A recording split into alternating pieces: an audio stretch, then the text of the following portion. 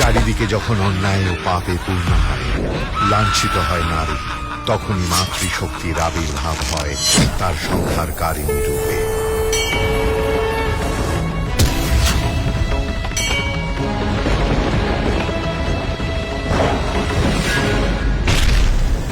অসুরদের এই পরাজয়ে এবার যুদ্ধক্ষেত্রে হাজির হয় অসুররাজ।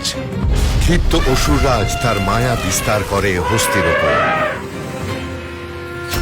विश्वरूपिणे विश्वेशे प्रसीदत्वं सनातनी।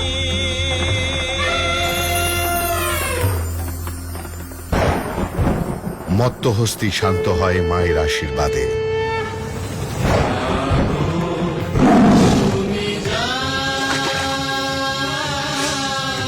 মহালয়ার পূর্ণ লগ্নে আসছে জাগো মা, জাগো দুর্গা, জি বাংলায়।